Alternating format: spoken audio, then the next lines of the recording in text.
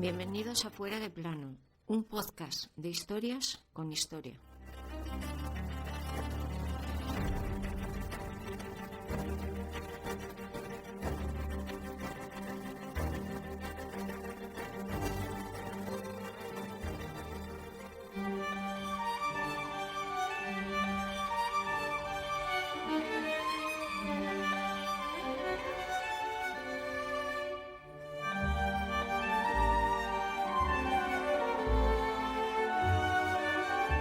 Nuestro protagonista de hoy será, sin duda, uno de los pocos casos de la historia en el que un hombre es condenado 3 veces a morir en la hoguera. Sus ideas pusieron en su contra tanto a protestantes como a los católicos. Finalmente, aquel 27 de octubre de 1553, Miguel Servet moría ejecutado en la segunda hoguera. Hoy te contamos su historia y el por qué puso de acuerdo por primera vez en algo a dos religiones tan dispares.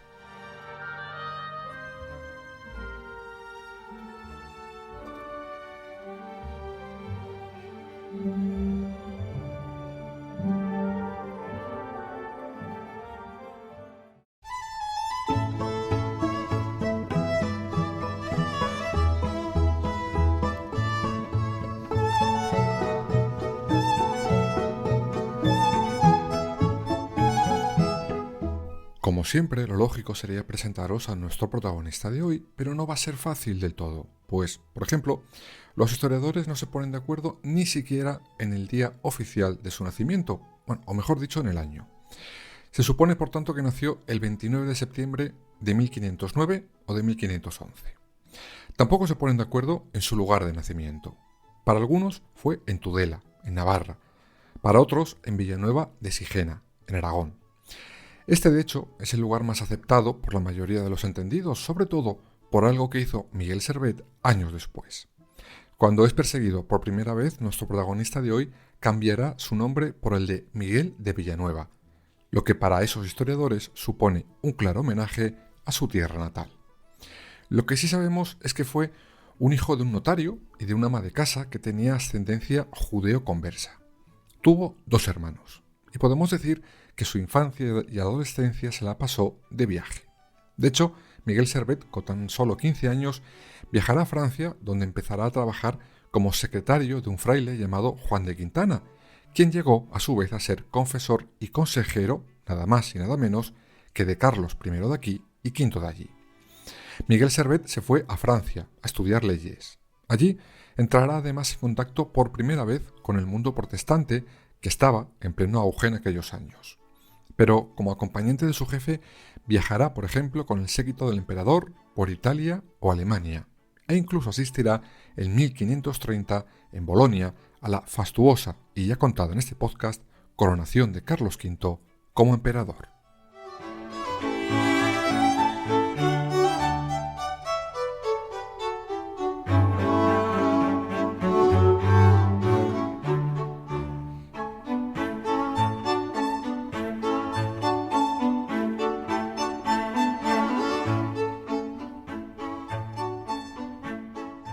Dicen que todos estos viajes en el séquito del emperador le harán abrir los ojos ante el derroche totalmente innecesario del papado católico, lo que le echará en brazos del protestantismo, sobre todo la vía que predicaba Lutero.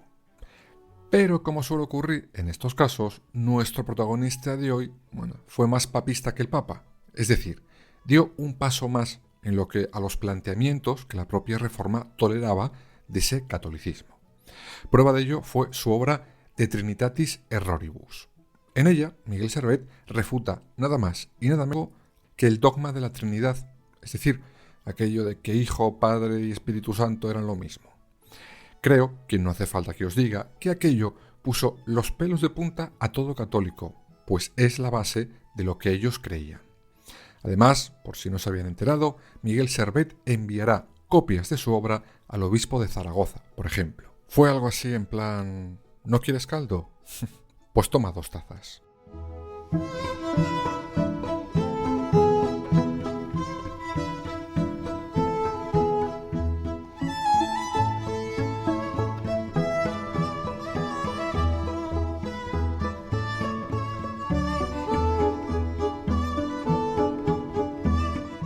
Esto, como podéis imaginar, acabó como acabó. El obispo ordena a la Santa Inquisición que intervenga contra Servet y su obra. Por su parte, nuestro protagonista de hoy, lejos de amilanarse, continuará publicando obras en las que seguía metiendo el dedito donde quizás no debía hacerlo. Por eso Servet decidirá huir y cambiará su nombre.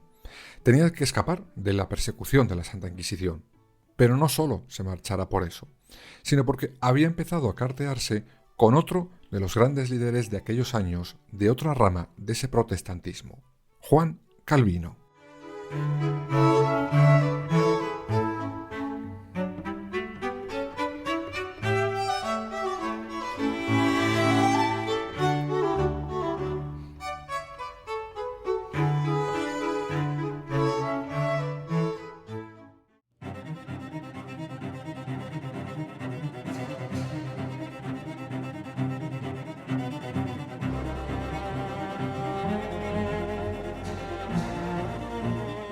Y será en este momento cuando Servet, como os decía hace unos minutos, decida cambiarse el nombre por el de Miguel de Villanueva, o mejor dicho, Michel de Villeneuve.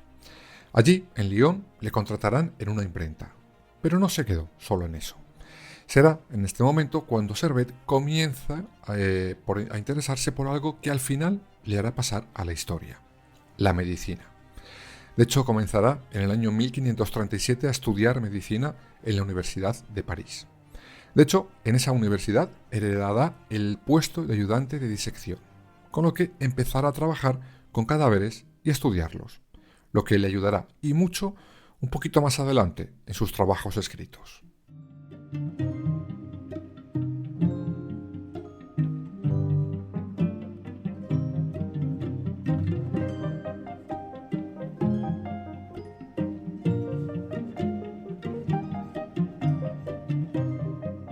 Esos trabajos los dejará por escrito, por cierto, un tiempo después.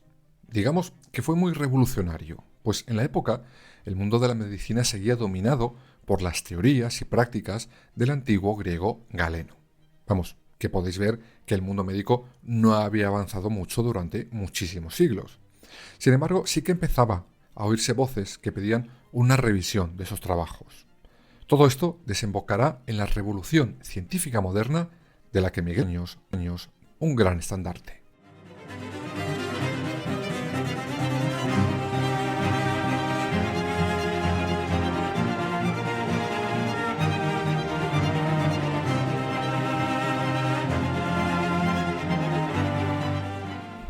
Pero Servet seguía, además de estudiando medicina, cadáveres y demás cosas, con su reinterpretación del mundo cristiano. Tenía para todos. Será, por ejemplo, en el año 1533 cuando escriba una de sus grandes obras y por la que quizás sin querer pasó a la historia, pues como veremos más adelante, en uno de sus capítulos mezclará teología con medicina. Será en ese año, en 1533, cuando Servet envíe una copia de su obra, Restitución del cristianismo, a Calvino. Nuestro protagonista de hoy esperaba los comentarios, sobre todo positivos, del líder protestante a esa obra, pero se debió de llevar un gran chasco cuando Calvino, como respuesta, le manda leer su propio libro Institución de la religión cristiana. Servet se podía haber quedado quietecito, pero decidió tocarle las palmas a Calvino, y ni corto ni perezoso no solo leyó la obra del líder protestante, sino que se atrevió a enviarle ese ejemplar con notas al margen expresando su propia opinión. Algo que, como supondréis, no sentó nada, pero nada bien a Calvino. Y si no, como prueba una frase que se supone que el propio Calvino dijo sobre Miguel Servet. Si viene aquí, si mi autoridad sirve de algo, nunca le permitiré que se marche vivo.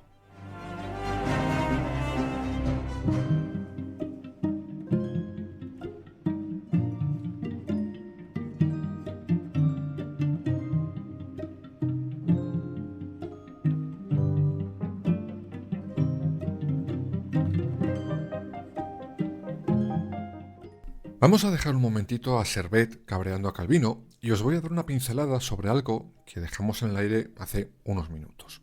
Os he dicho que en su obra teológica Restitución del cristianismo, Miguel Servet hará un descubrimiento médico revolucionario.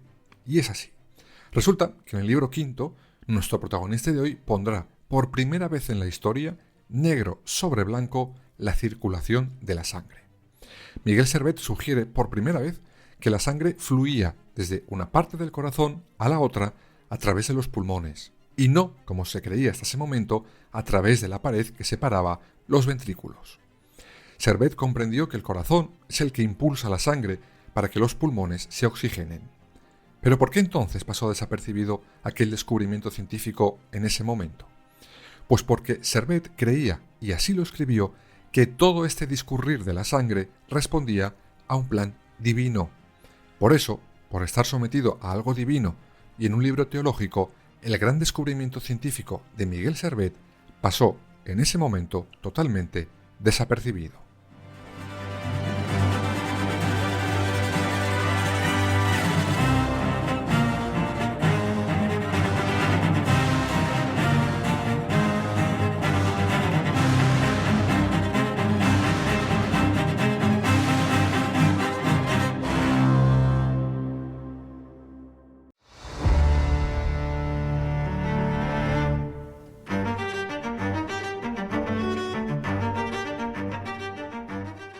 Sea como fuere, el caso es que su gran obra, Restitución del Cristianismo, será publicada oficialmente en el año 1553.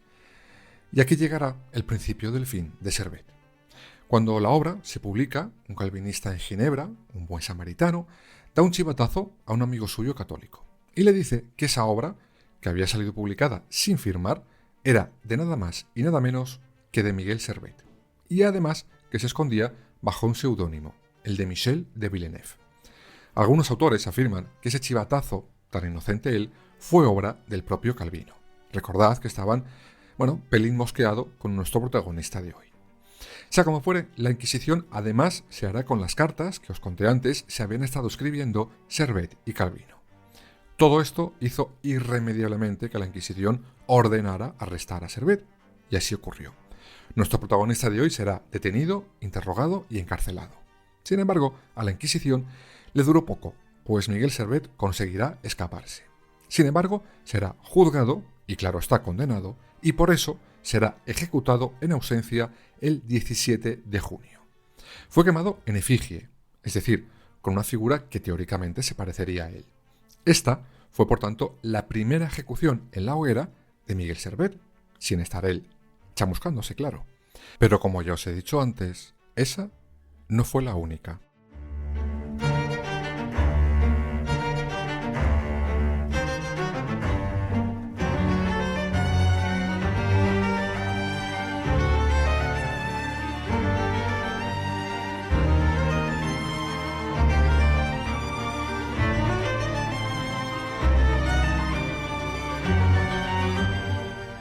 Cuando Miguel Servet huye, se marcha a Italia, pero una vez más a nuestro protagonista de hoy la tuvo que liar e hizo una parada el 13 de agosto del año 1553 en Ginebra. ¿Pero para qué? Pues eso, para liarla. La verdad es que los motivos reales se desconocen, pero sí se sabe que la lió. ¿Por qué? Pues porque ni corto ni perezoso decidió acudir a una iglesia donde ¿sabéis quién estaba predicando? Pues sí, efectivamente, Calvino. Este reconoció enseguida a Servet y seguro que sabéis qué hizo. Efectivamente, denunciarle. Desde ese momento y durante 2 meses dará comienzo un proceso judicial lleno de irregularidades. Por ejemplo, a Miguel Servet se le niega el poder tener un abogado defensor. Además, será sometido a varias torturas durante su confinamiento. Durante el juicio, Servet sostuvo debates teológicos de gran importancia, además de señalar a Calvino como culpable de la acusación de falsa herejía, y solicitará el 22 de septiembre por carta que Calvino también sea detenido como lo había sido él.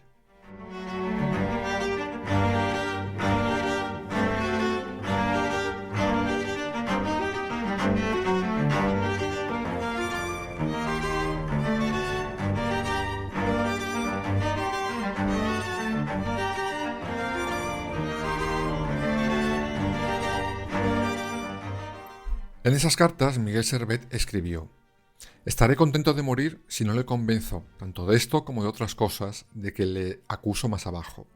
Os pido justicia, señores, justicia, justicia, justicia». Como en tantas otras ocasiones, ya vistas en Fuera de Plano, cuando el juicio trampa terminó, la condena estaba más que escrita. Miguel Servet era condenado a muerte.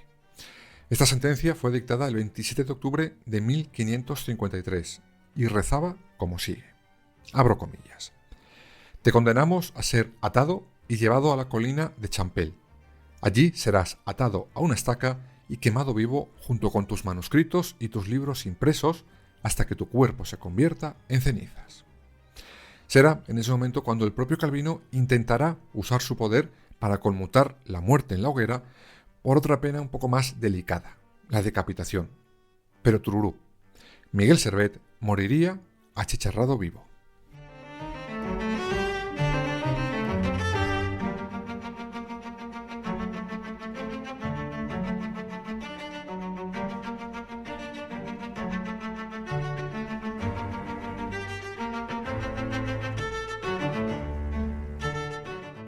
Y ojo, no os penséis que el tribunal protestante tardó mucho en ejecutar esa condena. No. Ese mismo día, Servet era conducido a la hoguera. Nuestro protagonista de hoy era atado a la picota, junto con una cadena de hierro donde colgaron sus herejes libros. A sus pies colocan leña verde y húmeda, con un fin, que el fuego ardiera mucho más despacio y la tortura, por lo tanto, fuera mucho mayor para Miguel Servet. Eso sí, en el cuello alguien le colocó una cadena de hierro en la que pusieron azufre. Aquí sí aseguran algunos que esto fue un gesto de compasión de alguno de sus verdugos, pues con el calor y los vapores, el humo mezclado con azufre haría que Miguel Servet muriera un poco antes y sin sentir tanto dolor. Pero no valió de nada. Dicen que Servet gritó de miedo, rabia y dolor cuando encendieron su pila funeraria. Y como había muy poco viento, el ardid del azufre no funcionó. Al final, Miguel Servet vio cómo su suplicio y muerte duraron más de una hora. Así terminó la segunda condena en la hoguera de nuestro protagonista de hoy y la que sí que acabó realmente con su vida. Pero ya os hemos dicho que Miguel Servet fue condenado 3 veces. Entonces,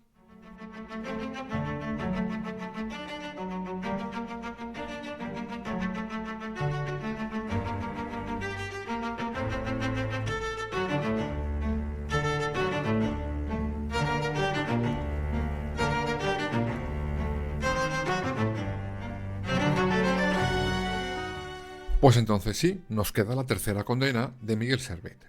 Sería ya en el año 1942. Sí, el siglo pasado. Cuando el gobierno francés, que por aquel entonces colaboraba con los nazis, consideró que una estatua dedicada a Miguel Servet era un monumento al llamado por ellos pensamiento desviado. Signifique eso lo que signifique. Su estatua fue condenada y fundida en el fuego, igual que Servet siglos antes. De esa forma, por tercera y última vez hasta el momento, el gran médico e investigador Miguel Servet volvía a pasar por la hoguera.